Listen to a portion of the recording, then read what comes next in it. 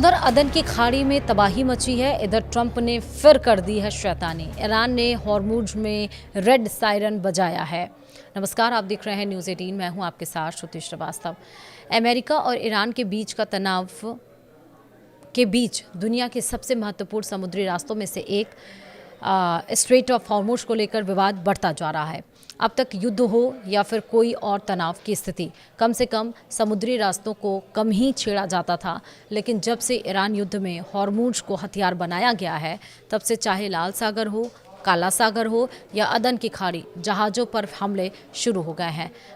अमेरिकी राष्ट्रपति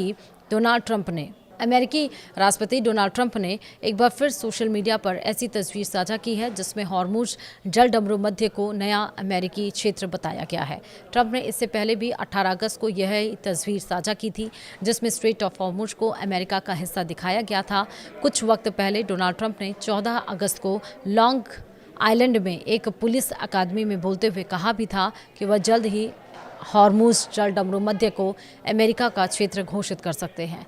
उनके इस बयान के बाद ईरान की ओर से कड़ी प्रतिक्रिया सामने आई है।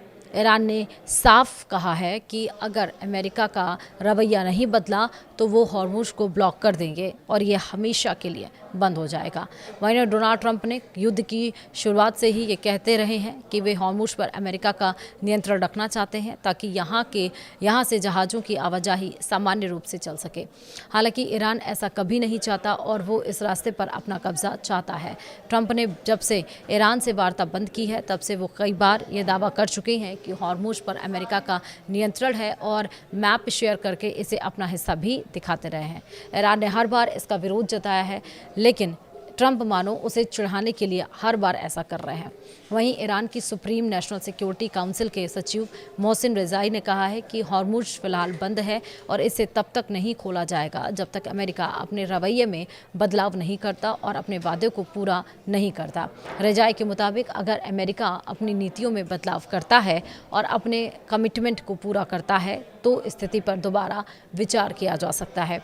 आपको ये भी बता दें कि हॉर्मुज रणनीतिक रूप से बेहद महत्वपूर्ण है और दुनिया के ऊर्जा कारोबार का एक बड़ा हिस्सा इसी समुद्री मार्ग से होकर गुजरता है। ऐसे में किसी भी तरह का तनाव अंतर्राष्ट्रीय तेल और ऊर्जा बाजार को प्रभावित कर सकता है। ईरान के हॉर्मुज बंद होने के दावे के बावजूद पिछले कुछ दिनों में यहां से गुजरने वाले जहाज़ों की संख्या बढ़ी है। यूके मैरीटाइम ट्रेड ऑपरेशंस के आंकड़ों के मुताबिक पिछले हफ्ते करीब 200 जहाज हॉर्मुज से गुजरे।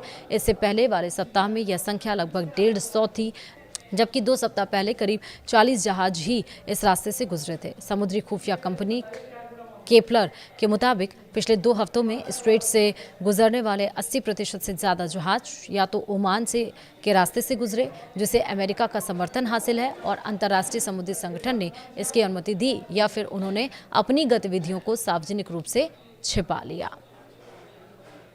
फिलहाल एक बार फिर से बदमाशी की गई है। स्ट्रेट ऑफ हॉर्मुज दुनिया का 20% जहां पर तेल आयात किया जाता है और अब तो रिपोर्ट इस तरह से भी आ गई है, जैसे जेपी मॉर्गन की रिपोर्ट ये बता रही है कि आने वाले सालों में 2027 में पूरे विश्व में इन्फ्लेशन इतना ज़्यादा हाई हो जाएगा, इतनी भारी मंदी आएगी कि खाने पीने के जो दाम हैं वो भी आसमान छूते हुए नज़र आएंगे। क्योंकि तेल अगर महंगा होगा तो लाने और ले जाने में जो खर्च है वो बढ़ेगा, तेल से जो सामान बनते हैं वो महंगे होंगे और जिसका सीधा असर आम इंसान की पॉकेट पर पड़ेगा।